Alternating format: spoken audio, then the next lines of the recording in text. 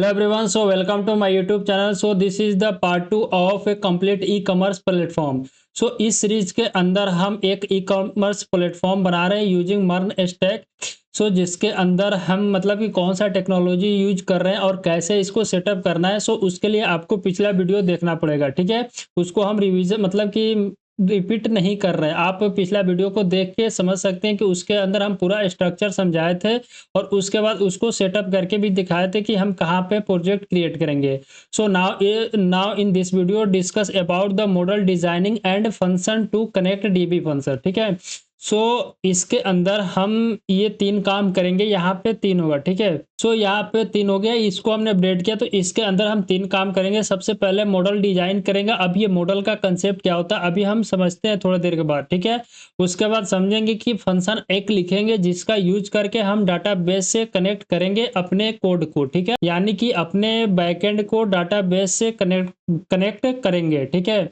उसके बाद अपडेट करेंगे गिटहब रिपो को, जो हमारा रिपो प्रीवियस क्रिएट किए थे उसी को ऊपर कमिट करके और उसको कैसे मर्ज करते हैं उसको देखेंगे, ठीक है। सो इस वीडियो को स्टार्ट करने से पहले आप लोग से एक रिक्वेस्ट है कि आप लोग इस वीडियो को लास्ट तक जरूर देखिएगा। उसके बाद आपको जो कमी समझ में आए यानी जो लगे कि इस यहाँ पे इम्प्रूवमेंट करना है तो उसको हम इम्प्रूवमेंट करेंगे, उसको आप कमेंट करके बता दीजिएगा, ठीक है। सो चलिए अब इस वीडियो को स्टार्ट करते हैं। सो इसके अंदर सबसे पहला हम कंसेप्ट रखे हैं मॉडल डिजाइनिंग का। देखो मॉडल डिजाइनिंग कुछ नहीं होता है, कोई चीज क्रिएट करो। सपोज करो आप प्रोडक्ट का ही एग्जाम्पल ले लो, तो प्रोडक्ट का क्या क्या इंफॉर्मेशन आप स्टोर करते हो। सपोज करो एक प्रोडक्ट है तो उसका टाइटल हो गया, डिस्क्रिप्शन हो गया, प्राइस हो सकता है, काउंट हो सकता है, उसके बाद स्टॉक में है कि नहीं, या उसका रिव्यू हो सकता है, उसका रेटिंग हो सकता है। ये सब एक स्कीमा के तौर पे आती है, उसी को हम मॉडल बोलते हैं। जो हमने मतलब कि इसके अंदर जितना मॉडल क्रिएट करना था उसको ऑलरेडी हम सिर्फ फोल्डर को क्रिएट करके रखे हुए हैं।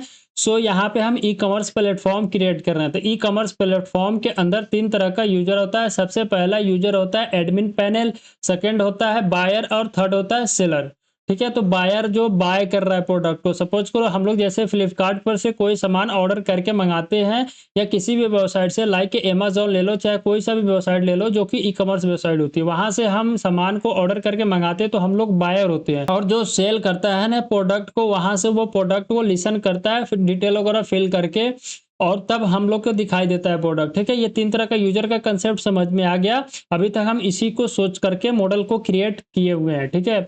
जैसे कि सबसे पहले एड्रेस का मॉडल है, ये आप यहाँ पे सबसे पहले हमने यूजर का मॉडल क्रिएट कर सकते हैं। उसके बाद यहाँ पे एडमिन का मॉडल है। अब यूजर के अंदर ये सारा मॉडल है, उसको अभी हम कोड के अंदर चलते हैं, वहां एक एक करके समझेंगे कि ये कैसे आप डिफाइन कर सकते हो, ठीक है। ऑलरेडी यहाँ पे हमने VS कोड को रीओपन किया दोबारा सा। उसके बाद मेरे पास जो प्रीवियस के अंदर फोल्डर था सेम उसी तरह आपको यहाँ पे दिखाई दे रहा होगा।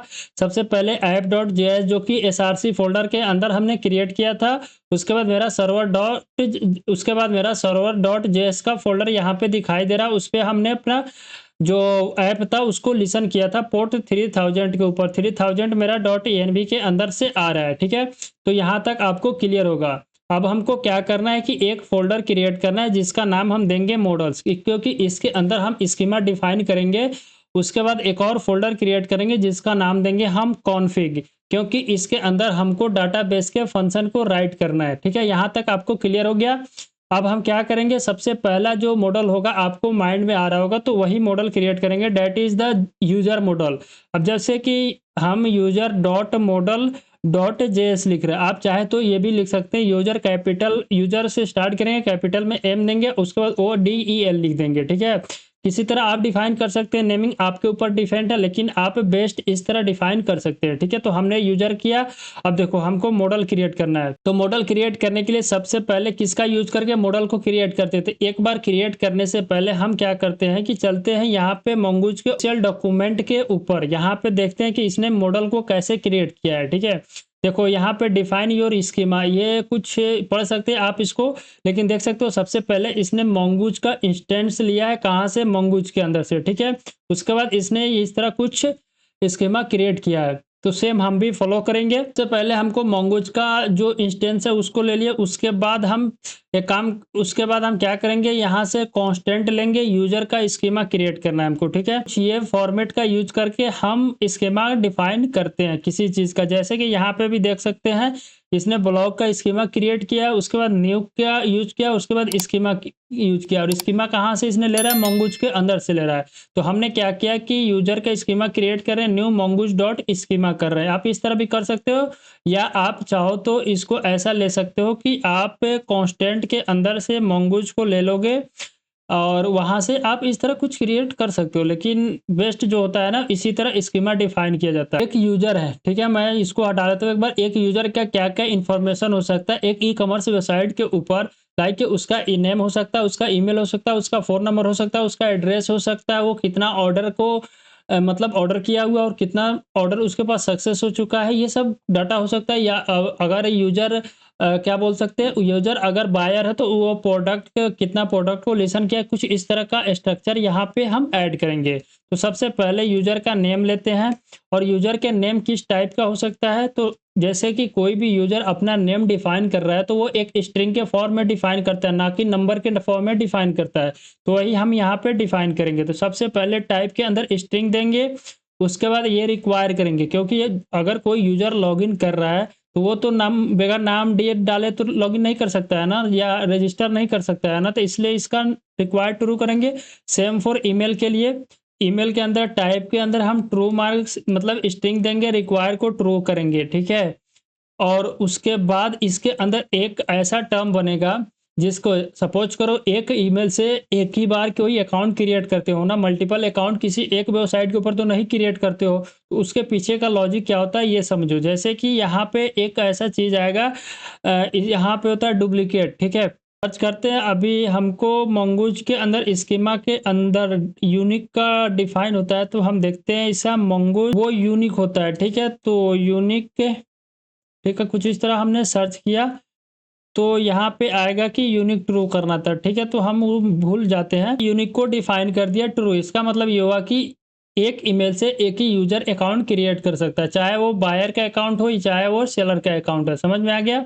ऑलराइट, यहाँ पे हमने ऐड कर दिया, जैसे कि अभी तक हमने रोल तक समझे थे, जैसे रोल के अंदर टाइप के अंदर इसको भी हम एक बार यहाँ से रिक्वायर्ड को देखो, हमने रोल ऐड किया, रोल के अंदर बायर सेलर का अकाउंट दे दिया। उसके बाद कार्ट भी हो सकता है, कार्ट के अंदर मतलब ये हुआ कि कोई अगर यूजर है तो वो कार्ट के अंदर कुछ आइटम को ऐड करके रखा है, बाद में वो ऑर्डर करके मंगाएगा, ठीक है, उसका भी हमने ऐड किया। उसके बाद ऑर्डर सोच सकता है, इसका खुद का हम क्या करेंगे, मॉडल क्रिएट करेंगे। तो इसीलिए यहाँ से हमने क्या किया, उसको उससे रिलेट किया है, mongoose के mongoose dot schema dot type dot object ID, मतलब उससे वो रिलेट होगा। उसी तरह हमने इसको भी रिलेशन ऐड किया है ऑर्डर के साथ, और यहाँ पे एड्रेस के साथ ऐड कर दिया। उसके बाद यहाँ पे हम प्रोडक्ट के साथ इसको रिलेशन दे दिया, और लास्ट में हम पासवर्ड को ऐड कर दिया एज ए स्ट्रिंग टाइप, ठीक है। तो यहाँ पे एक बार और हम डिफाइन करते हैं। सबसे पहले यूजर का हमने नेम लिया है, उसके बाद यूजर का ईमेल लिया है, उसके बाद यूजर का रोल लिया है, उसके बाद यूजर से कार्ट का जो डाटा है ना उसको रिलेट कराया है कार्ट के मॉडल के साथ, और ऑर्डर के ऑर्डर्स है, जैसे कि कोई यूजर कितना ऑर्डर किया है उसको हमने ऑर्डर के मॉडल के साथ रिलेट कराया है। उसके बाद एड्रेस है, अगर कोई यूजर है तो वो अपना एड्रेस सेव करेगा, एड्रेस के अंदर जैसे कि स्ट्रीट हो गया, जीप कोड हो गया, कंट्री हो गया, स्टेट हो गया, सिटी हो गया। तो ये सब ऑर्डर के लिए हम एड्रेस के लिए एक एड्रेस का मॉडल क्रिएट करेंगे, उसी तरह प्रोडक्ट का एक मॉडल क्रिएट करेंगे, और पासवर्ड का एक मॉडल क्रिएट करेंगे। तो हम क्या करते हैं कि यहाँ से जो है ना उसको सबसे पहले कार्ट का मॉडल डिफाइन करते हैं, ठीक है। तो हम सबको लिख लेते हैं, उसके बाद इसके बारे में भी डिस्कस करेंगे। तो ऑलराइट, यहाँ पे हमने कार्ट का एक मॉडल का जो फाइल है उसको क्रिएट कर लिया, ऑर्डर का भी क्रिएट कर लिया यहाँ पे हमने। उसके बाद एड्रेस को इसको रीनेम कर लेते हैं, ठीक है, यहाँ पे address dot model dot JS, ठीक है। तो उसको भी हमने यहाँ पे ऐड कर दिया, ठीक है। यूजर से जो रिलेशन था ना उसको हमने यहाँ पे ऐड कर दिया। अब एक और मॉडल क्रिएट करते हैं, that is the admin model, ठीक है। तो इसके अंदर हमको क्या क्या डाटा देना है, यहाँ पे हमने उसको mongoose का इंस्टेंट लेते हैं mongoose के अंदर से, ठीक है। यहाँ पे कुछ इस तरह नहीं हो रहा है, हम क्या करते हैं यहाँ पे इस तरह हम स्कीमा खुद से डिफाइन करते हैं। तो एक एडमिन का स्कीमा डिफाइन करना था, आप खुद से सोच सकते हो जो एडमिन तो ऑर्डर कर नहीं सकता, ऑर्डर कर सकता है अभी, तो लेकिन हम यहाँ पे सिर्फ टाइप के अंदर स्ट्रिंग डालते हैं, रिक्वायर्ड डाल दिए, उसके बाद एडमिन से ईमेल ले सकते हैं, उसका होल एक्सेस होगा वेबसाइट का। तो यहाँ पे हमने ईमेल लिया, स्ट्रिंग और रिक्वायर्ड टू यूनिक डालते हैं, उसके बाद लास्ट में पासवर्ड डाल के इसको लॉगिन करा लेते हैं, ठीक है। तो एडमिन के अंदर इतना ही डाटा अभी तक हम सोच पाए। अगर आपको और रिक्वायर्ड लगता है तो उसको कमेंट कर दीजिएगा, ठीक है, हम उसको ऐड करेंगे। तो यहाँ से हमने ऐड कर दिया, उसके बाद इसको एक्सपोर्ट करना है, ठीक है। तो हम एक्सपोर्ट करते हैं डिफ़ॉल्ट के अंदर mongoose, ठीक है, डॉट मॉडल और एडमिन के नाम से हम इसको एक्सपोर्ट कर दें। उसी तरह यूज़र को भी एक्सपोर्ट करना होगा, ठीक है। तो यहाँ से हम एक्सपोर्ट करते हैं, यूज़र को भी हमने एक्सपोर्ट कर दिया, ठीक है। हम एक काम करते हैं, एड्रेस का मॉडल क्रिएट कर लेते हैं। अब चलते हैं एड्रेस का मॉडल क्रिएट करने, इंपोर्ट करेंगे mongoose का, ठीक है। तो हमने mongoose का लिया, उसके बाद जो स्कीमा का वो है ना सिंटैक्स बोल सकते हो, उसको हम पहले डिफाइन करते हैं। तो हमने उसको डिफाइन कर लिया और लास्ट में इसको क्या करते हैं, यहाँ से हमने उसको एक्सपोर्ट कर दिया, ठीक है। तो देखो एड्रेस के नाम से इसको एक्सपोर्ट किए, जब हम कंट्रोलर क्रिएट करेंगे तो वहाँ इसको यूज कर सकते हैं। ये बताओ कि एड्रेस के अंदर क्या क्या फील्ड हो सकता है। एड्रेस के अंदर स्ट्रीट हो सकता है, जिप कोड हो सकता है, कंट्री हो सकता है, सिटी हो सकता है और किस यूजर का एड्रेस है वो हो सकता है। तो उसको हम यहाँ पे ऐड करते हैं, ठीक है। तो सबसे पहले तो यूजर ही ले लो, यूजर का डाटा चाहिए ना, किस यूजर का है। तो उसको हमने यहाँ से ऑब्जेक्ट का रिलेट करा दिया यूजर के मॉडल के साथ, ठीक है। यूजर डिफाइन कर दिए। उसके बाद देखो एड्रेस के अंदर सबसे पहले हमने यहाँ पे स्ट्रीट को डिफाइन करता हूँ और ये एक स्ट्रिंग होगा। उसके बाद यहाँ पे हमने ये डिफाइन किया, उसके बाद यूजर का सिटी भी ले सकते हैं। यहाँ पे एड्रेस स्कीमा को डिफाइन कर दिया, सबसे पहले स्ट्रीट ऐड किया, देन सिटी ऐड किया, यूजर का स्टेट ऐड किया, उसके बाद जिप कोड यानी कि पिन कोड ऐड किया हमने, उसके बाद कंट्री ऐड कर दिया। और जो इन्फॉर्मेशन आपको लगता है वो अपने हिसाब से आप ऐड कर सकते हो, ठीक है। जितना हमको लगा उतना हमने ऐड करा दिया। अब अगले मॉडल के तरफ चलते हैं, that is the card model, ठीक है। हम इसके अंदर भी mongoose को हमने इंपोर्ट कर लिया mongoose के अंदर से। उसके बाद हमको कौन सा कार्ड का मॉडल क्रिएट कर रहे हैं, तो कार्ड के स्कीमा हमने यहाँ पे डिफाइन करना है, ठीक है। इसको यहाँ से हम एक्सपोर्ट करते हैं, सेम फॉर प्रीवियस जिस तरह एक्सपोर्ट किया था हमने। अब देखो एक ई कॉमर्स वेबसाइट के ऊपर अगर आपने कार्ट के अंदर अपने डाटा को सेव करके रखा होगा तो वहाँ पे कौन कौन सा डाटा स्टोर होती है। एक तो प्रोडक्ट का पूरा डिटेल स्टोर होता है, उसके बाद कौन सा यूजर ने स्टोर किया है तो उसको भी हम देख सकते हैं, ठीक है। तो और कितना आइटम स्टोर किया है, अगर आप 2-4 आइटम को ऐड किए वो भी काउंट करके ऐड कर सकते हो। और आप उसके अंदर टोटल प्राइस के अंदर भी होती है कैलकुलेट, एक छोटा सा नीचे टैब देखो, तो वो सब हम इंफॉर्मेशन यहाँ ऐड करते हैं। सपोज करो हमने यूजर को यहाँ लिया कि इस यूजर ने इसको ऐड किया है, रेफरेंस देते हैं यूजर के मॉडल के साथ, ठीक है। हमने ये कर दिया। उसके बाद कौन सा प्रोडक्ट इसने ऐड किया, इसके अंदर मल्टीपल प्रोडक्ट हो सकता है इसलिए हमने यहाँ पे एरे डिफाइन किया। उसके बाद टाइप के अंदर इसको देते हैं, रेफरेंस के अंदर प्रोडक्ट दे दिया, ठीक है। उसके बाद क्वालिटी या क्वांटिटी बोल सकते हैं इसको, तो हमने क्वांटिटी डिफाइन करता हूँ यहाँ से, या आइटम आप अपने हिसाब से बोल सकते हो, ठीक है। तो इसको हम आइटम ही ले लेते हैं, ठीक है, आइटम्स लेते हैं। और इसको हम टाइप के अंदर नंबर देंगे और डिफ़ॉल्ट इसका 0 नंबर रहेगा, ठीक है। टोटल प्राइस हो सकता है, ये आइटम तो टोटल काउंट कर लेगा, यहाँ पे ये टोटल प्राइस होगा, ठीक है। तो हम टोटल प्राइस भी डिफाइन करेंगे, तो ये भी एक नंबर होगा और टाइप के अंदर डिफ़ॉल्ट सेट कर देंगे। तो यहाँ पे हमको जो लगा, जैसे कि देख सकते हो सबसे पहले हमने यूजर का टाइप डिफाइन किया, यूजर मतलब किस यूजर का आइटम प्रोडक्ट है। उसके बाद प्रोडक्ट, किस प्रोडक्ट को ये लिसन कर रहा है, कौन कौन सा प्रोडक्ट है, उसको एरे के अंदर स्टोर करा के और इसको हमने रिलेट कर दिया प्रोडक्ट मॉडल के साथ। उसके बाद आइटम कितना स्टोर है, अगर नहीं है तो 0 डिफ़ॉल्ट दिखाएगा। टोटल प्राइस कितना है, टोटल कैलकुलेट करके प्राइस एक छोटा सा मतलब कि फुटर सेक्शन के अंदर दिखाई देता है, वो हम बताएंगे जब यूआई क्रिएट करेंगे फ्रंट एंड का, तो ठीक है। तो यहाँ पे हमने कार्ट का भी स्कीमा डिफाइन किया। अब हम डिफाइन करते हैं ऑर्डर स्कीमा, ठीक है। सो ऑर्डर स्कीमा यहाँ पे इंपोर्ट करते हैं mongoose को। उसके बाद हम इसका जो सिंटैक्स है उसको यहाँ पे ऑर्डर कर लेते हैं, ठीक है। हमने उसको भी यहाँ पे डिफाइन किया, आगे हो गया, ठीक है। और यहाँ से एक्सपोर्ट कर दिया। देखो एक ऑर्डर के अंदर क्या क्या हो सकता है उसको हम यहाँ पे ऐड कर सकते हैं, जैसे कि किस प्रोडक्ट को किस यूजर ने ऑर्डर कर रहा है और वो ऑर्डर फेल हो चुका है या कैंसिल हो चुका है या वो ऑर्डर डिलीवर हो चुका है, कुछ इस तरह का जो लॉजिक है ना उसी को सोच के यहाँ पे मोंगोजी में मॉडल डिफाइन करना है। तो उसको हम यहाँ पे लिखते हैं, देन डिस्कस करके हम उसको डिफाइन करेंगे, ठीक है। सो ऑलराइट, यहाँ पे हमने ऑर्डर स्कीमा भी डिफाइन कर लिया। सबसे पहले किस यूजर का ऑर्डर है उसको रेफरेंस में यूजर दिखा दिया, टाइप के अंदर ऑब्जेक्ट के मोंगोज स्कीमा का टाइप का ऑब्जेक्ट स्टोर करा लिया, ठीक है। प्रोडक्ट और किस प्रोडक्ट को यूजर ने ऑर्डर किया है, वो मल्टीपल प्रोडक्ट भी हो सकता है, प्रोडक्ट भी हो सकता है। तो इसका भी टाइप के अंदर मोंगोज के अंदर स्कीमा का जो टाइप है उसका ऑब्जेक्ट आईडी ले लिए, ठीक है। उसके बाद हमने प्रोडक्ट को यहाँ से रेफरेंस कर दिया। उसके बाद कितना टोटल प्राइस है, अगर कोई ऑर्डर हो रहा है तो उसमें टोटल प्राइस भी काउंट होती है, तो उसको भी हमने यहाँ पे ऐड कर दिया। आगे चल के अगर चेंज करना हो तो चेंज कर सकते हैं, ठीक है। उसके बाद यहाँ पे हमने स्टेटस डिफाइन किया, टाइप के अंदर स्ट्रिंग है और डिफॉल्ट के अंदर पेंडिंग सेट किया है, ठीक है। उसके बाद एनम डिफाइन किए हैं कि पेंडिंग हो सकता है, डिलीवर भी हो सकता है, कैंसिल भी हो सकता है, ठीक है। उसको यहाँ पे हम एक्सपोर्ट कर दिए ऑर्डर के नाम से, ठीक है। तो यहाँ पे मेरा ऑर्डर वाला जो मॉडल है वो भी क्रिएट हो गया, कार्ड वाला भी मॉडल हम क्रिएट कर लिए, एडमिन वाला भी मॉडल क्रिएट कर लिए, एड्रेस वाला भी मॉडल क्रिएट कर लिए। एक लास्ट बचा हुआ है, that is the product model. अब इसको हम यहाँ पे डिफाइन करते हैं, देन हम आपसे डिस्कस करेंगे, अच्छे से उसको समझाएंगे कि जो मैंने ऐड किया वो सही है कि नहीं। सबसे पहले मंगूज का इंस्टेंस लेते हैं और इसका जो स्ट्रक्चर है उसको हम यहाँ पे क्रिएट कर लेते हैं, ठीक है। तो हमने उसको डिफाइन कर दिया और लास्ट में इसको क्या करते हैं कि एक्सपोर्ट कर देते हैं, ठीक है। हमने किससे, प्रोडक्ट के नाम से एक्सपोर्ट कर दिया, तभी आपको पता चल रहा होगा कि रेफरेंस के अंदर हम प्रोडक्ट क्यों ऐड कर रहे थे। देख लो यहाँ पे एड्रेस के अंदर नहीं हो रहा है, कार्ड के अंदर भी प्रोडक्ट के अंदर रेफरेंस है ना प्रोडक्ट। उसके बाद अगर आप यूजर के अंदर जाओगे तो इस यूजर का भी रेफरेंस के अंदर प्रोडक्ट है, ठीक है। तो इसलिए है ना लास्ट में हमको वो डिफाइन करना पड़ता है।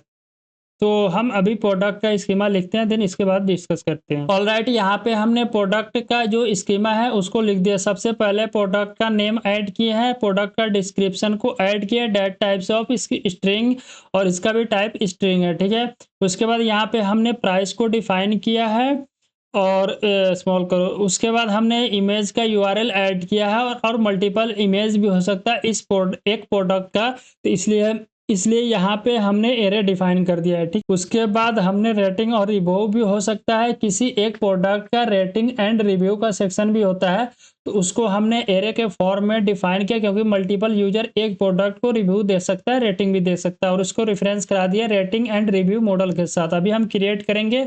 उसके बाद कैटेगरी है, तो देखो कैटेगरी जो है ना वो सिर्फ एक एडमिन क्रिएट कर सकता है, अभी हम कैटेगरी का मॉडल भी ऐड करेंगे। उसके बाद सेलर भी हो सकता है एक प्रोडक्ट का, और उसके बाद स्टॉक के अंदर है या नहीं, ट्रू और फॉल्स के अंदर इसको हमने स्टोर कर दिया, डेट इज द नंबर, ठीक है। अगर स्टॉक के अंदर नहीं है तो वो जीरो काउंट होगी, है तो वहां पे जितना स्टॉक है वो बताया जाता है, ठीक है। डिस्काउंट का जो एक प्राइस होती है वो भी हमने ऐड कर दिया। सेल्स काउंट कितना, मतलब कि एक प्रोडक्ट का जो काउंट बेचा गया है वो काउंट कर सकते हो। और इसके अंदर एक और ये होगा ना आपका model, that is the price, ठीक है। देखो अगर आप कोई भी ई कॉमर्स वेबसाइट ओपन किए हो तो वहाँ पे दो तरह का प्राइस दिखाया जाता है। एक प्राइस होता है मतलब कि डिस्काउंट प्राइस, और एक ओरिजिनल प्राइस होता है। तो उसी तरह हमने उसी को सोच के ये स्कीमा को डिफाइन किया, ठीक है। तो यहाँ पे जो जो हमको रिक्वायर लगा उसको हमने ऐड कर दिया। आपको अगर और लगता है कि नहीं इसमें ये चेंज करना है तो वो आप कमेंट करके बता सकते हो, या अपने खुद चेंज करके उसको ऐड कर सकते हो, ठीक है। और लास्ट में इसको हमने प्रोडक्ट के नाम से क्या किया है कि ये कर दिया है, एक्सपोर्ट कर दिया है, ठीक है। तो अभी हमको ये दो मॉडल क्रिएट करना है, that is the one is the rating and review, second is the category, ठीक है। तो इसको हम अभी डिफाइन करते हैं, देन इसके बारे में भी डिस्कस करेंगे। तो ऑलराइट, यहाँ पे हमने रेटिंग एंड रिव्यू का मॉडल क्रिएट कर दिया। उसके बाद हमने कैटेगरी वाले भी मॉडल को क्रिएट कर दिया। अब इसके बारे में देखते हैं कि इसके अंदर हमने क्या किया। देखो सबसे पहले हमने यहाँ पे तो मंगूज का इंस्टेंस लिया, उसके बाद रेटिंग एंड रिव्यू का स्कीमा को डिफाइन किया। देखो रेटिंग के अंदर क्या हो सकता है, किस यूजर ने रेटिंग किया और किस प्रोडक्ट को रेटिंग किया और क्या रेटिंग के अंदर लिखा और क्या मतलब क्या रेटिंग दिया और क्या रिव्यू दिया, तो उसी को हमने यहाँ पे डिफाइन किया। सबसे पहले किस यूजर ने डिफाइन मतलब दिया है, तो उसके टाइप के अंदर हमने object dot types dot object ID को स्टोर करा लिया। उसके बाद रेफरेंस कर दिया किसको, यूजर को, ठीक है। उसके बाद फिर किस प्रोडक्ट को यूजर ने रेटिंग किया है, तो देखो उसको हमने ऑब्जेक्ट आईडी भी स्टोर करा लिया, उसके बाद इसको रेफरेंस कर दिया किसको, प्रोडक्ट को, ठीक है। और देखो रेटिंग के अंदर एक नंबर के अंदर वैल्यू आएगी, तो मल्टीपल रेटिंग आ सकता है किसी एक प्रोडक्ट का, तो उसको हमने एरे के अंदर स्टोर करा दिया और टाइप के अंदर नंबर सेट कर दिया, डिफॉल्ट के अंदर 0 सेट कर दिया। उसी तरह रिव्यू हो सकता है, तो रिव्यू एक स्ट्रिंग के फॉर्म में आएगी क्योंकि वो टेक्स्ट होगा, ठीक है। तो इसको हमने यहाँ पे डिफाइन कर दिया। Now discuss is the categories.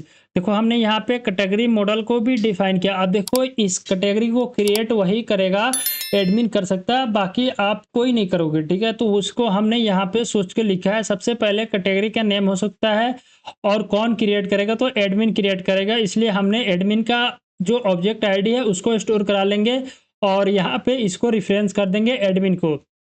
आपका काम है कि हर स्कीमा के अंदर या मॉडल के अंदर ये टाइम स्पेंड जो है ना, ये क्या होता है, इसके बारे में रिसोर्स का मतलब एक्सप्लोर करके कमेंट करके उसको बताइएगा, ठीक है। और इसको भी हमने यहाँ पे एक्सपोर्ट कर दिया। मतलब अभी तक हमने मॉडल को कंप्लीट कर लिया जितना अभी हम सोच पाए थे। आगे अगर ज़रूरत पड़ती है और मॉडल का तो उसको हम इंक्लूड करेंगे, ठीक है। जैसे कि सबसे पहले हमने यूजर का डिफाइन किया, उसके बाद एडमिन का डिफाइन किया, उसके बाद इसके अंदर हमने ऑर्डर मॉडल का है, कार्ट है, उसी तरह एड्रेस का हो गया और मेरा प्रोडक्ट का हो गया, रेटिंग एंड रिव्यू हो गया, कैटेगरी हो गया, ठीक है। अब हमको एक और फंक्शन राइट करना है जिसका यूज करके हम डाटाबेस से कनेक्ट कर सकते हैं। तो उसके लिए हम क्या करेंगे, इसके नाम देते हैं db.js, ठीक है। तो देखो डाटाबेस से कनेक्ट करना है तो सबसे पहले हमको यहाँ पे mongoose चाहिए, ठीक है। और एक फंक्शन राइट करेंगे, तो सबसे पहले कांस्टेंट देंगे, कनेक्ट db करना है तो कनेक्ट db का यूज करेंगे। उसके बाद इस फंक्शन को एसिंक्रोनस देंगे, क्योंकि देखो एसिंक्रोनस इसलिए है क्योंकि यूजर को कब लॉगिन करें और वो मल्टीपल यूजर भी आ सकती है, तो उसको रोकने के लिए हम एसिंक्रोनस का यूज करेंगे। ट्राई कॉइस का भी यूज कर सकते हैं, नहीं भी कर सकते हैं। तो देखो अभी हम इसको लिखने से पहले क्या करते हैं, इसका डॉक्यूमेंटेशन देखते हैं थोड़ा सा, ठीक है। तो वहाँ पे एक काम करते हैं, यहाँ पे हम ऐसे लिख देते हैं, कैच वगैरह ये छोड़ो। यहाँ पे सबसे पहले प्रोसेस के अंदर से आपका कनेक्शन स्ट्रिंग लिया, उसके बाद mongoose डॉट कनेक्ट एक मेथड होती है जिसका यूज करके हम कनेक्ट कर सकते हैं डाटाबेस को। तो छोड़ो इसका भी हम खुद से लिखते हैं, ठीक है। तो देखो हमको ट्राई कैच का यूज कर लेते हैं, अगर कुछ एरर आता है तो उसको यूज हैंडल कर सकते हैं। आप चाहे तो देन और कैच होती है उसका भी यूज करके आप कर सकते हैं, ठीक है। हमने ये डिफाइन किया और यहाँ पे हमको कनेक्ट करना है तो अवेट का यूज करेंगे और mongoose लेंगे, ठीक है। mongoose के ऊपर जैसे करेंगे तो देखो यहाँ पे कनेक्ट आ रहा है, कनेक्ट के अंदर प्रोसेस डॉट env से हमको mongodb का URL चाहिए, ठीक है। mongodb URL डिफाइन करेंगे, तो ये पैरामीटर पास करोगे, नहीं हो करो तो कोई दिक्कत नहीं है, ठीक है। हमने इसको डिफाइन किया, अगर ये कनेक्ट हो जाती है तो कंसोल करके हम कर देंगे कि आपका जो डीबी है वो कनेक्ट हो गया, ठीक है। सबसे पहले हमने यहाँ पे देखो एक बार और समझाते हैं। सबसे पहले हमने क्या किया कि mongoose का इंस्टेंस लिया, कहाँ से, mongoose के अंदर से, और उसके बाद एक फंक्शन हम यहाँ पे डिफाइन किया, that is the connection DB, ठीक है। उसको एसिंक्रोनस रखे, उसके बाद अवेट का यूज करके mongoose डॉट कनेक्ट कराए। आपका जो यूआरएल है वो कहाँ से लिया हमने, उसको लिया हमने env फाइल के अंदर से। तो एक काम करते हैं, इसको यहाँ से कॉपी करते हैं, ठीक है, और env के चलते हैं और इसके अंदर इसको डिफाइन करते हैं। उसके बाद डॉट env डॉट एग्जाम्पल के अंदर भी इसको डिफाइन करते हैं हमने, ठीक है। दोनों के अंदर डिफाइन कर दिया।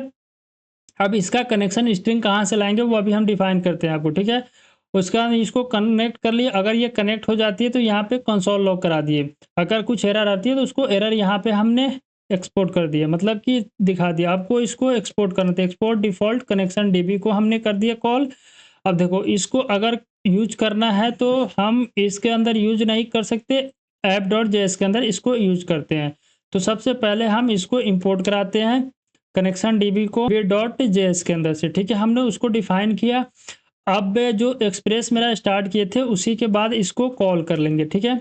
तो हमने इसको कॉल कर लिया। अब हमको एक यूआरएल चाहिए, that is the connection string of the DB, ठीक है। तो उसके लिए हमको mongoose का यूज करें तो हम सबसे पहले mongoose का जो कंपास है ना उसको ओपन करेंगे, ठीक है। तो यहाँ से ओपन करने के बाद हम किसी को भी कनेक्ट करते हैं। सपोज करो हमने इसको कनेक्ट किया और यहाँ से जाके और इसका कनेक्शन कॉपी स्ट्रिंग कर लेंगे, ठीक है। इसको कॉपी करने के बाद हम अपने .env के अंदर जाएंगे और यहाँ पे पेस्ट कर देंगे, ठीक है। हमने पेस्ट किया।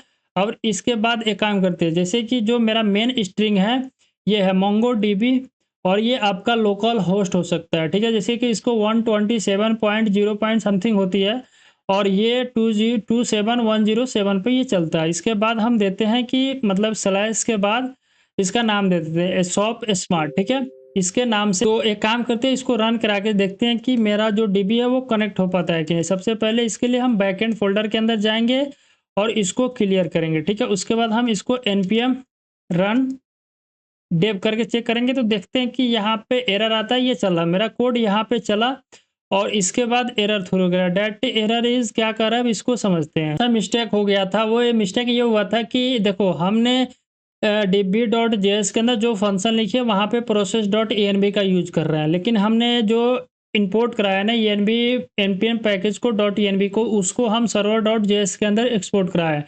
तो यहाँ पे हमको ये फंक्शन कॉल करना पड़ेगा, जो कनेक्शन डीबी वाला फंक्शन लिखे उसको यहाँ पे कॉल करेंगे। अब एक बार इसको क्लियर करते हैं, उसके बाद हम इसको रन कराते हैं। जैसे हम रन कराएंगे npm रन डेव करके तो देख सकते हो यहाँ पे server is running on port 3000, ठीक है। उसके बाद आपका कनेक्ट हो गया डीबी। अब ये कनेक्ट हुआ कि नहीं इसको चेक करने के लिए हम इसको एक बार रिफ्रेश करेंगे, ठीक है। और जब रिफ्रेश करेंगे तो अभी तक मेरा कोई डाटा दिखाई नहीं दे रहा, ठीक है। तो इसको हम यहाँ से एक बार डिस्कनेक्ट करेंगे और दोबारा इसको कनेक्ट करते हैं। तो कनेक्ट करने के बाद मेरा अभी तक जैसे कि यहाँ पे कंपनी का दिखाई दे रहा है, ऑथ सिस्टम दिखाई दे रहा है और जोमेटो मर्न का कुछ मतलब हम क्रिएट किए थे वो दिखाई दे रहा है, ठीक है।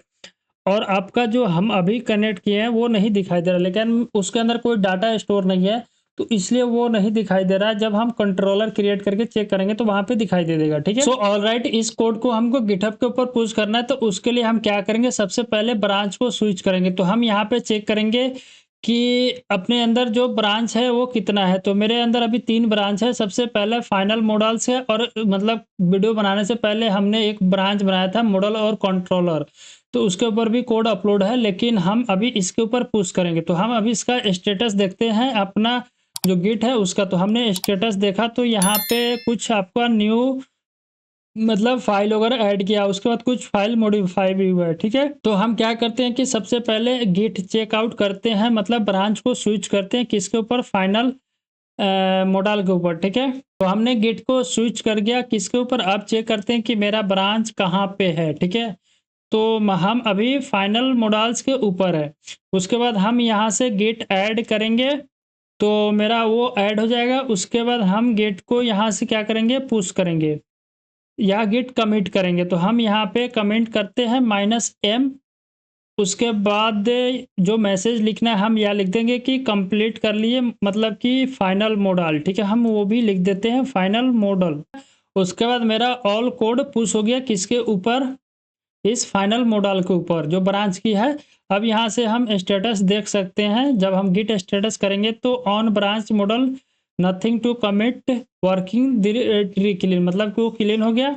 अब यहाँ से हम गिट कर सकते हैं पुश, ठीक है। हमने पुश किया, ओरिजिन कोड पुश हो गया। यहाँ पे जब हम आएंगे इसके रिपोजिटरी के ऊपर तो देख सकते हैं यहाँ पे मतलब कि 3 ब्रांच दिखाई दे रहा है, एक आपका फाइनल मॉडल्स और मेन और आपका कंट्रोलर्स। अभी हम मेन के ऊपर चलते हैं और यहाँ पे देख सकते हैं कि कंपेयर टू पुल आ रहा है, इसके ऊपर आप क्लिक करोगे आपका कोड वगैरह रिव्यू कर सकते हो। आपका रिव्यू हो गया। अब देखो यहाँ से जो होना था रिव्यू होगा, no conflict with base branch, और ये एक जो रैबिट कोड होता है ना उसको हम ऐड किया। आप इसको यहाँ से मर्ज कर सकते हो, हमने यहाँ से कंफर्म किया, ठीक है। अब कंफर्म करेंगे तो आपका कोड यहाँ पे फाइनल ब्रांच के ऊपर मर्ज हो गया। जैसे कि हम कोड के ऊपर चलते हैं तो मेरा कोड अभी तक देख सकते हो ये मर्ज ऑल पुल रिक्वेस्ट। अब यहाँ पे चेक कर सकते हो कि क्या क्या हमने यहाँ इसके ऊपर मर्ज किया। जैसे कि इसके ऊपर क्लिक करो, देख सकते हो यहाँ पे जो जो कोड हमने ऐड किया था, जैसे कि ये मोंगोज का मॉडल, एड्रेस का मॉडल, यहाँ पे कमिट एडमिन का मॉडल हो गया, कार्ड का मॉडल, इसी तरह हमने कोड आपका इस वाले यूआरएल पे मिलेगा, ठीक है।